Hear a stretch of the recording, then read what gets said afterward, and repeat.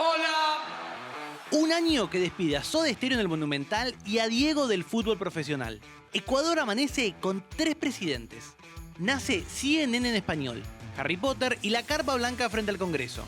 Que los fabulosos Cadillacs, que el River de Ramón, comodines y cenizas del paraíso. Llegan las primeras conexiones de banda ancha al país. Asesinan al periodista gráfico José Luis Cabezas. Todo eso y mucho más pasó en la Argentina en un solo año. Te doy la bienvenida a 1997. Vamos a arrancar el programa del día de hoy. Tenemos muchas cosas. Hola, Susana. Nelson Mandela. Tonight he is a free man. ¡Puta! ¡Que vale la pena estar vivo! El lunes los pesos valen lo mismo que el viernes. Créeme que me cortaron las piernas. Esas naves espaciales se van a remontar a la estratosfera y en 1 hora y media podemos estar desde Argentina, en Japón, en Corea o en cualquier parte del mundo. ¡Habla la llama del ¡Se puso papas fritas y...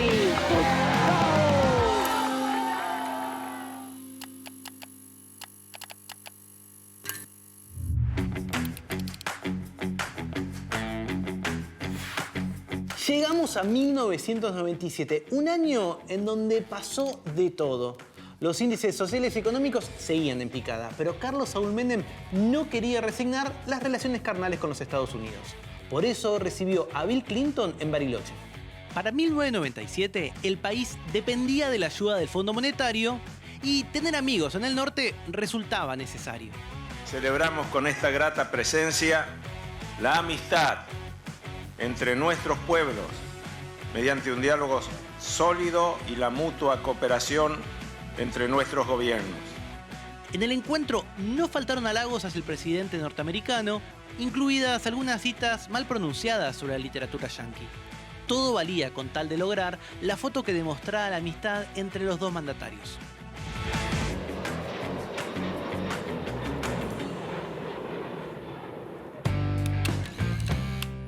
En los 90 sacábamos fotos con cámaras con rollos. Había que pensar muy bien el momento que querías inmortalizar, porque una vez que tocabas el botón no había vuelta atrás. A mis amigos y a mí nos encantaba que nos sacaran fotos. Al que no le gustaba era Alfredo Chabrán. Chabrán era un empresario millonario que tenía negocios en el área de seguridad, el área financiera y era el dueño del correo privado OK. En 1995, Domingo Cavallo comenzó a denunciar al magnate, acusándolo de utilizar sus empresas para ocultar su verdadero negocio, que, según el ministro, incluía el tráfico ilegal de armas, drogas y el lavado de dinero. Cavallo probó cómo se manejan las mafias en Argentina. La denuncia incluía protección política y judicial para el empresario. Esta acusación de mafioso vinculado con el gobierno fue una de las fisuras que terminaron con la buena relación entre Menem y Cavallo. Fue Cavallo el que empezó denunciando a un tal Chabrán, que era el dueño de OCA, de qué sé yo, que se quiere quedar con todas las empresas del correo, que es un hombre que domina Menem. Un día estuvo en el Congreso, habló como 6 horas en contra de este Chabrán, que nadie lo conocía. Todos estos señores no aparecen en los diarios, se dan el lujo de no dar la cara. No se conoce qué cara tienen, yo sí las conozco porque a mí me vinieron a ver. Pero la gente no sabe qué cara tiene el señor Chabrán.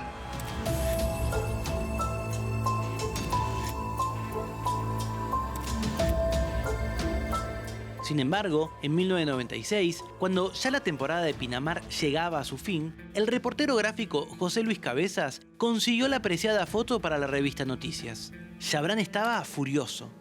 El empresario no dejaba que lo retrataran en las escasas entrevistas que daba. En una ocasión le dijo a un periodista: «Sacarme una foto a mí es como pegarme un tiro en la frente». Lamentablemente, en el verano de 1997, una noche, mientras Cabezas volvía de hacer su trabajo, la venganza de Chabrán se consumó. El cuerpo del fotógrafo apareció calcinado dentro de su auto y pronto se supo que tenía 2 balazos en la cabeza. Lo que significó la foto de esa tapa de noticias en la que se le vio la cara a Chabrán, la idea que quedó es la de le sacó una foto y lo mataron por haber sacado una foto, y eso fue muy conmocionante. justamente tiene que ver con un gran empresario y bueno, y se llega al nivel de asesinar a un fotógrafo, ¿no? Que lo había retratado. Fue un golpe tremendo, sí, yo recuerdo esos días, fueron muy conmovedores, muy conmocionantes. Es una clara señal política, frente a la investigación, frente a la sospecha, el gobierno dice, lo recibe, y en la Casa Rosada. Es una falta de respeto a la sociedad, es una falta de respeto a la familia de Cabezas.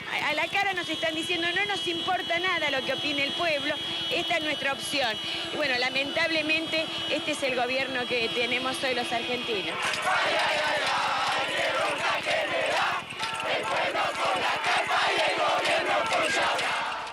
El asesinato conmocionó a toda la sociedad y el grito "no se olviden de Cabezas" se volvió un lema de la libertad de expresión.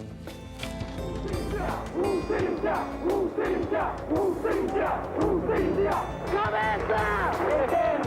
¡Cabeza!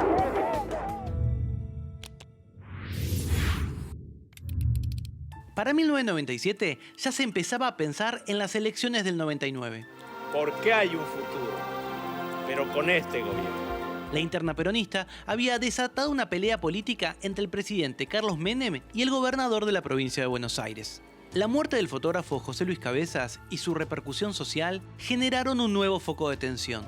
El oscuro empresario y sus vínculos con el poder llenaban el caso de sospechas.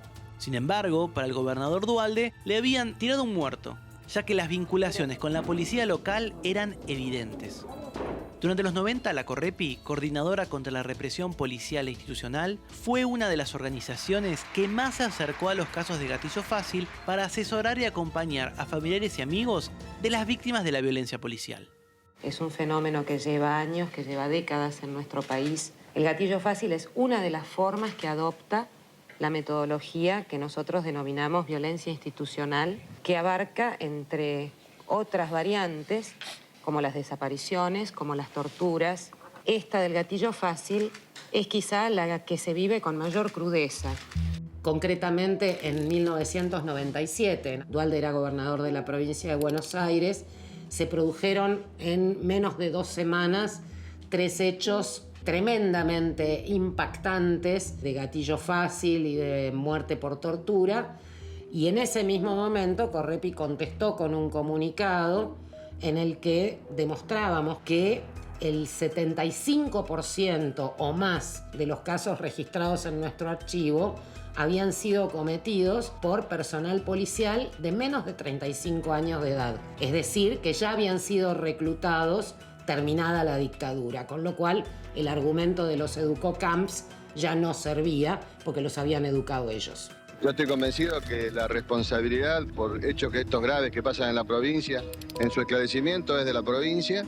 Yo no eludo jamás una responsabilidad. Pero las actuaciones violentas e ilegales de la policía de la provincia ya eran de público conocimiento. Meses previos al asesinato de Cabezas, el jefe de la bonaerense, Pedro Polaco Klotzik, tuvo que renunciar a su cargo por las complicidades de la policía con los piratas del asfalto, el tráfico de drogas, el juego clandestino, la prostitución, el atentado contra la AMIA y las bandas de asaltantes. La maldita policía era ya conocida para los jóvenes y para los más desprotegidos.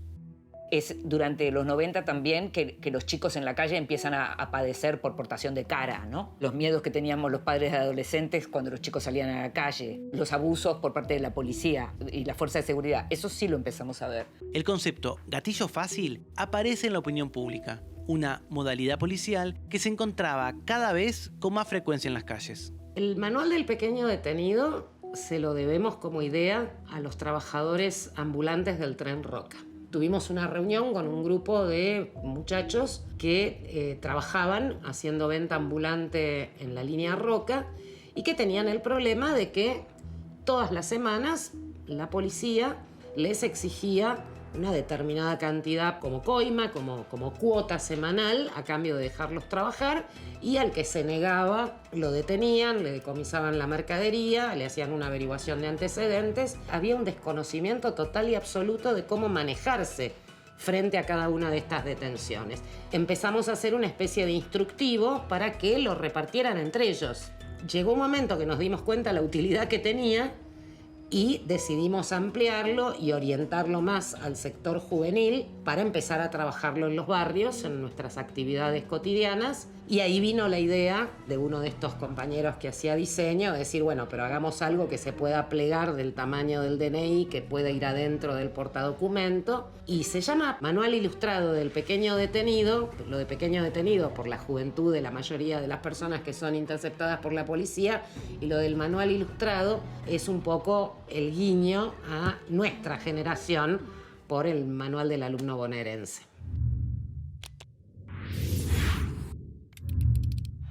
Llegó la hora, el minuto, segundo, instante. 1997 no fue un año más para los fanáticos de Soda Stereo. La banda formada por Gustavo Cerati, Charlie Alberti y Zeta Bosio decidió disolverse, terminando así la carrera de una de las bandas más importantes de América Latina. Como despedida, Soda programó una gira que quedó inmortalizada en el álbum doble El Último Concierto. Soda empezaba sus giras arriba en México y la terminaba en Argentina, no empezaba acá. Mirate si el continente quería a Soda Stereo. El cierre de la gira fue en el estadio River Plate, en lo que quizás fue el mejor recital de la historia de la banda, donde Gustavo Cerati se despidió de su público con la recordada frase: Gracias totales.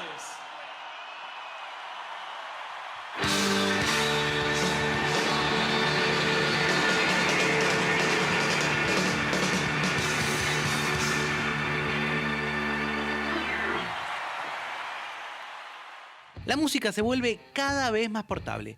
Llegan los reproductores de MP3, que dieron a los usuarios más control que nunca para decidir sobre lo que querían escuchar, dónde y cuándo lo desearan. El dispositivo permitía cargar previamente una selección de canciones y pasar de unas a otras sin mayor esfuerzo. Los que también pensaron en reducir los esfuerzos de los clientes de los videoclubes fueron los creadores de Netflix. Es interesante el caso de Netflix porque se gestó en esta primera internet cuando existía el videoclub, por ejemplo, cuando la gente se alquilaba los VHS, y los fundadores de Netflix fueron a presentar ahí su proyecto a una gran compañía que es Blockbuster, que brindaba alquiler de VHS, de películas, y les rebotaron la idea de hacer como un servicio de delivery en ese momento de películas. Era eso, era todavía un delivery como si fuese en una moto de películas. La empresa ofrecía a sus suscriptores un enorme catálogo de películas a las que se podía acceder a través de un servicio de correo, evitando tener siquiera que moverse.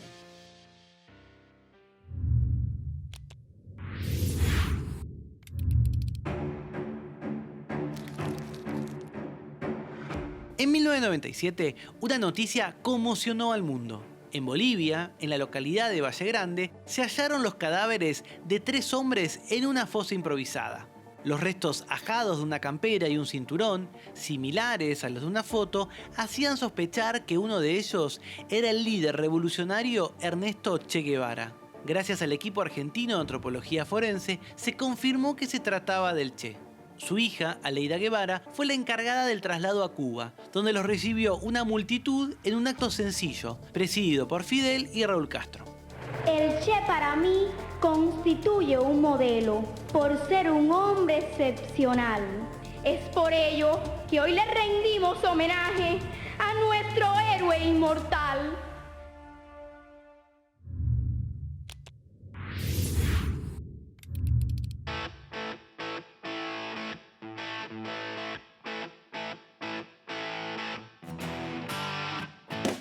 En 1997, las calles estaban en plena ebullición. Las marchas, las movilizaciones estaban a la orden del día. Pero si hubo una constante en toda la década, fue el acompañamiento de las madres de Plaza de Mayo a cada lucha. Por eso, no fue de extrañar la masiva convocatoria que tuvo el festejo de los 20 años de lucha de Madres de Plaza de Mayo. Para celebrarlo, una veintena de artistas subieron al escenario de la cancha de Ferro. Entre ellos, León Gieco, Los Piojos, La Renga, Divididos, Los Caballeros de la Quema, Todos tus muertos, Bersuit Vergarabat, Las Pelotas, Actitud María Marta, Animal, Malón y Rata Blanca, entre otros. Queridos todos, 20 años pasaron para poder hacer hoy esto aquí. La selección de temas que sonaron esa noche fue editada en un CD que salía junto al diario Página 12. A la iniciativa se sumó Bono, líder de U2, recitando en castellano y en inglés el poema de William Butler Yeats, The Mother of God, y una interpretación a capela de Mother of the Disappeared.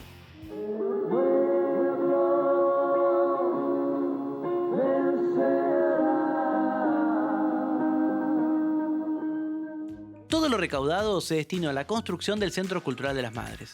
La intervención de los grupos juveniles, de la juventud, en todas estas movidas, se daba en esos años de la misma forma que se da ahora, porque precisamente si hay un sector social que no necesita demasiada motivación para salir a reclamar lo que le corresponde, son las jóvenes y los jóvenes. Son justamente quienes tienen toda la vida por delante, sabiendo que durante ese proceso lo que el sistema le va a generar es pérdida de derechos, no mayor adquisición, y que por lo tanto lo que tenés y lo que querés reclamar, si no lo salís a pelear, fuiste. Los pibes militantes nos acompañaron mucho cuando hacíamos la marcha a la resistencia. Muchos pibes jóvenes que venían decían: uy, mira, si mi mamá se entera que estoy acá a la noche con ustedes, va a tener miedo. Lo interesante de aquella etapa tiene que ver con la conjunción de lo que es el aporte espontáneo, independiente de quienes venían porque sí, y por el otro lado de los sectores organizados, a través de los centros de estudiantes de los colegios, centros de estudiantes de las facultades o de las juventudes políticas. Y les quiero decir, chicos, a nuestros hijos también les gustaba el rock. También cantaban y eran felices y tenían sueños y esperanzas, pero se guardaban un poco de rebeldía para la lucha. Y ustedes tienen que hacer lo mismo. La juventud de los 90 habitaba la calle. Disfrutaba de grandes recitales, nuevas tecnologías, una televisión de ficciones renovadas, pero también de las marchas y las radios abiertas. Cuando en 1997 el gremio docente instaló frente al Congreso una carpa blanca, alumnos y universitarios no dudaron en acompañarlos.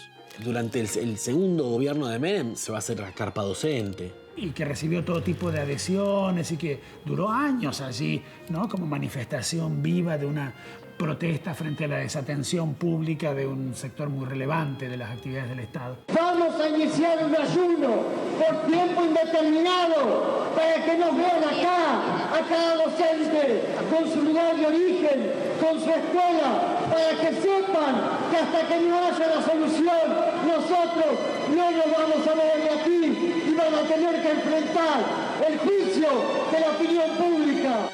Los maestros y las maestras, hartos de no tener respuestas a sus reclamos de mayor presupuesto y una paritaria nacional, decidieron instalarse en la plaza hasta ser escuchados y obtener acciones concretas por parte del gobierno. Casi 3 millones de personas dieron su apoyo. Actores y actrices, personalidades de la política, otros gremios, alumnos, alumnas y figuras entrañables de la música. El reclamo era una fiesta, con recitales, obras de teatro y muestras de pintura que se realizaron para hacer el aguante durante 3 años. Nosotras acompañamos mucho a los trabajadores de la salud, de la educación, la carpa blanca. Siempre estuvimos las madres acompañando y siempre estuvimos denunciando las injusticias. Me la pasaba en la carpa de los docentes, yo iba un montón. Yo no podía creer qué década espantosa que los docentes tuvieron que hacer huelga de hambre. Sin rescindir un solo derecho, se puede sembrar el camino de una estrategia distinta, firme y fuerte que da por resultado esto: la Plaza de Mayo llena y la gente diciendo basta, estamos hartos, queremos recuperar el protagonismo que veníamos perdiendo. Me parece que fue un momento muy relevante, muy importante, en donde el gremio docente sentó las bases de ese reclamo justo. Esta fiesta que hemos armado para tocar para ustedes y que ustedes estén recibiendo esto es para la carpa docente que lucha por los derechos de los maestros en la República Argentina, para que siempre haya una escuela pública posta. Gracias de todo corazón y lo llevo en el mío. Gracias.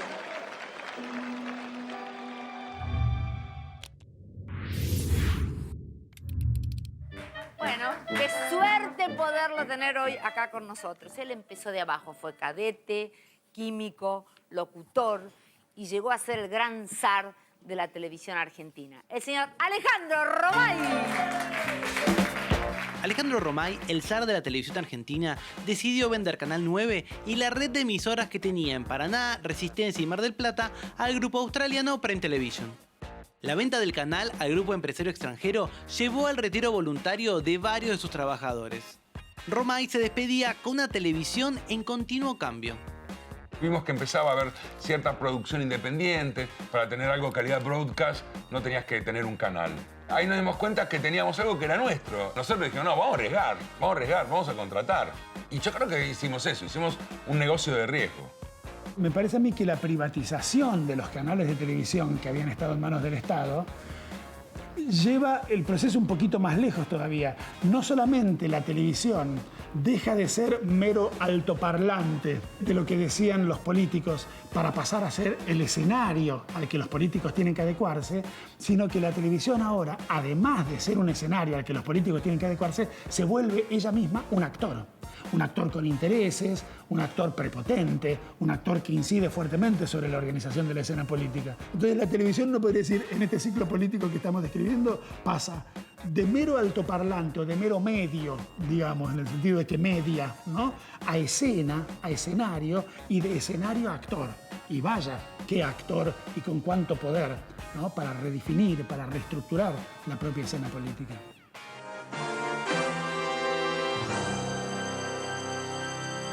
¿Qué tal? ¿Cómo les va? Muy buenas noches.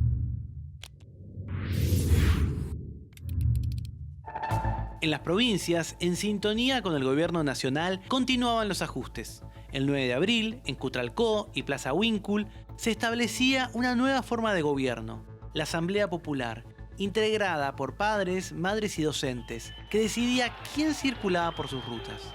El pueblo era parte de los piquetes. Ya no podemos más estar en silencio. Tenemos que salir a la calle. Toda esa gente hicieron poblada, es decir, todo el pueblo estaba en la calle. ¿Por qué? Porque veías que ese mundo se desmoronaba. Ese mundo de esas casas construidas en muchos años, y te ibas a tener que ir de Cutralcó, te ibas a tener que ir de Tartagal, diríamos, ¿no? Y en ese momento, para colmo, no existían beneficios sociales, entonces era como mucho más difícil. El 12 de abril, los gobiernos nacional y provincial rompieron el diálogo con la Asamblea y enviaron varios escuadrones de gendarmería. La gendarmería ingresa en un barrio de Cutralcó con gases lacrimógenos y balas. La población se suma a la protesta y sale a las calles a enfrentar a los gendarmes. En la represión muere asesinada a balazos Teresa Rodríguez, una joven empleada doméstica de 25 años, madre de 3 hijos. Tenemos que lamentar una muerte de una compañera que ha fallecido hace un ratito, así que muchachos, tratemos de estar tranquilos, muchachos. Tratemos de estar tranquilos. No puede haber mucha muerte más si nosotros seguimos la misma postura. En Salta, los niveles de desocupación superaban el 50%. La privatización de YPF había devastado el empleo. Ex trabajadores y desocupados decidieron manifestarse. Las políticas de privatizaciones dejaron en la calle a centenares de miles de trabajadores. Dio lugar a un proceso creciente de pauperización de la sociedad argentina. Y junto con la pauperización, la protesta, la crisis fiscal producida por la deuda externa, dio lugar a un malestar creciente que se manifestó muchas veces con grandes manifestaciones en relación a toda una serie de temas. En mayo, los piquetes de Tartagal y Mosconi se movilizaron para lograr visibilidad mediática y 10.000 personas tomaron la Ruta Nacional 34. La noticia finalmente llegó a los medios. Se puede ver claramente la cantidad de piqueteros, de pobladores que han cortado la ruta, los camiones, los colectivos, las ambulancias y los autos de particulares que no han podido pasar e ingresar a Tartagal. Lo que ocurre es que por ahí los medios magnifican las cosas. Y tienen razón, hay que vender. Y la gente quiere ver esos acontecimientos por la televisión, tienen razón. pero por favor, no se olviden de las cosas buenas de Argentina. Transmitan la imagen real y cierta de la República Argentina. La información que tenemos es que aparentemente Gendarmería Nacional habría recibido la orden del juez Abel Fleming de desalojar la ruta a las 6 de la tarde. También existe la otra posibilidad de que no se respete ese horario y que Gendarmería Nacional venga a reprimir o a desalojar de noche. El piquete provocó un efecto dominó, luego pasa a la provincia de Buenos Aires, pasa a los barrios con desocupación, pasa a todos lados y eso provoca que haya surgido el movimiento piquetero. Pero surgió desde las pobladas, y surgió desde la resistencia, y surgió de la lucha, y desde la experiencia. Por eso la lucha es tan importante. Salta. Solución a la crisis. Se firmó el acuerdo entre el gobierno provincial y los pobladores. Para finales de 1997 quedaba claro que la Argentina no era Disney. Las consecuencias de las políticas económicas eran inocultables. No había maquillaje, no había máscara que lo pudiera esconder. Por primera vez, el oficialismo perdió a nivel nacional en las elecciones y comenzó la esperanza de un nuevo ciclo político. Pero eso te lo cuento el año que viene. Gracias totales. Sí, mi amor, la finca me pertenece desde el momento en que nos casamos. Todos tus bienes pasaron también a ser de mi propiedad. ¿Así que fue por eso tu empeño en casarte conmigo? No sé, esta persona piensa que él es la momia de verdad. Gracias Estudios, un nuevo conjunto de música está en nuestro país, su nombre son Las Traviesas y hoy está en nuestro programa. ¿Qué tal, chicas? Perdón. ¡Háganlo por Gardel!